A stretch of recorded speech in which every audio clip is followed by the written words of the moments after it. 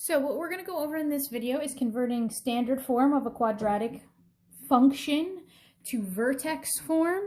Okay, I'll say of a quadratic function. So, long title. This is going to require the use of completing the square. Okay, yes, there is a shortcut. However, you need to know how to write standard form to vertex form using completing the square, because when we go into other types of equations other than just quadratic functions, you need to be able to use the method of completing the square. So when we study conics, you need to be very comfortable completing the square. So remember, standard form of a quadratic function looks like this.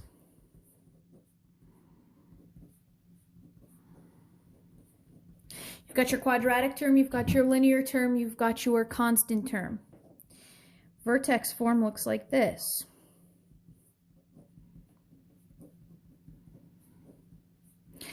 And what is inside a vertex form right there is the square of a binomial. You know how to make the square of a binomial through the use of completing the square.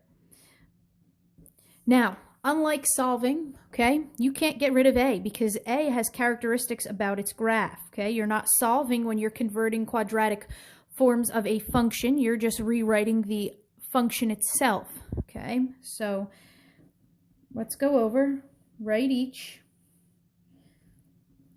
in vertex form.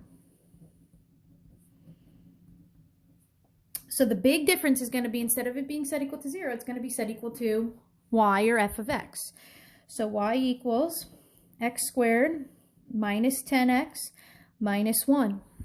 So this, okay, is the standard form. We want it in vertex form. We want it as the square of a binomial.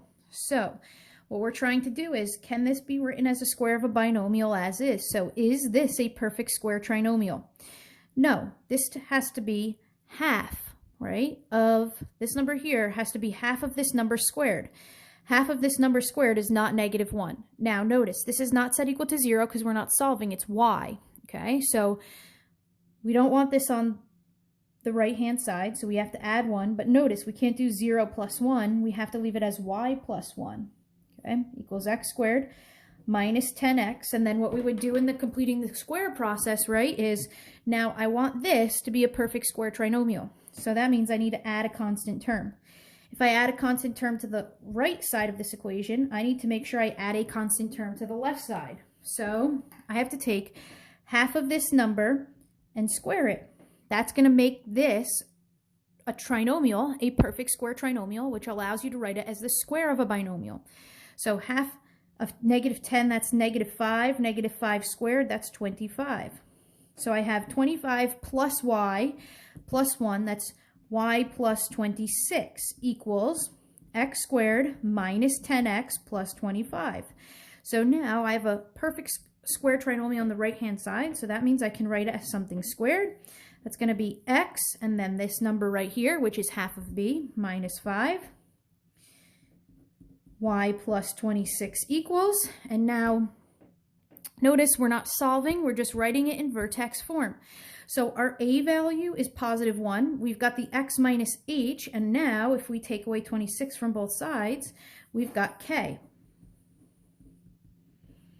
And so what this is vertex form.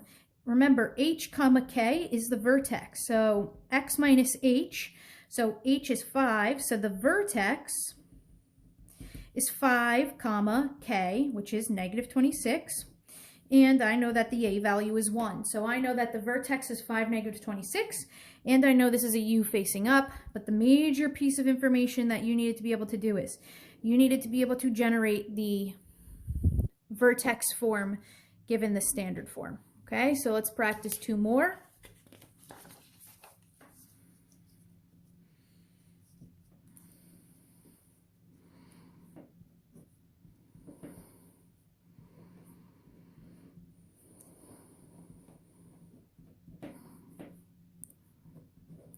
Okay, so notice we do not number 2, sorry.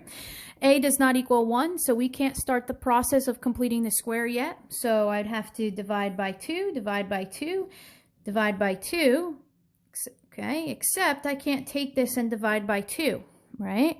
So what's going to happen is I end up with y over 2 equals x squared plus 9/2 x minus 5, okay? So you're not going to be able to get a new term here, okay, other than just y over whatever a is. So now I'm going to complete the square on the right-hand side. So I'm going to add 5 to both sides. Okay, so this is going to be y over 2 plus 5 equals x squared plus 9/2 x. And now I know that I need a constant term added to the right-hand side so that the right-hand side is a perfect square trinomial. So I have to take half of 9/2 and square it. Half of 9/2 would be 9/4. So I have to take 9/4 and square it. That's going to give me 81 over 16. So I have to add 81 over 16 to both sides of this equation that we've got going on here. So 5 plus 81 over 16. So I have to rewrite 5. That's going to be 80 over 16 plus 81 over 16, y over 2 plus that. So this is going to be y over 2 plus 161 over 16 equals, and now this is a perfect square trinomial. So that means I can write it as a binomial raised to the second power. Okay, and this is going to be x and then plus b. B is positive 9 over 2. I should have said x plus b, x plus half of b, okay, which is this number and half of it, which is the number that's sitting right here. So 9 over 4. Okay, so now remember, you're not solving anything. Now what your goal is to get it into vertex form. So your goal at this point, after you've made the square of the binomial, your goal is to just get y by itself again. Okay, so we need to take away 61 over 16 from both sides. 161 over 16. I can't insert in here because this isn't, we really don't have the value of x plus 9/4, right? You have x plus 9/4 squared. So this is y over 2 equals x plus 9/4 squared minus 161 over 16. And now, to get y by itself, you have to multiply by 2. So you have to multiply this entire expression by 2. It's going to give me y equals, so I have to make sure I take this 2 and I multiply it by that quantity. Okay, when I say quantity, sorry, that expression minus and that expression. So there's 2 places that I have to multiply this 2 by. I don't want to bring this 2 inside because it's x plus 9/4 squared, so that would be 2 times x plus 9/4 squared. But I can do negative 161 times 16, right? That's going to be 1 over 8. So it's just going to be negative 161 over 8. And there it is in vertex form. So when you're in vertex form, okay, when you're converting standard form to vertex form, you need to first make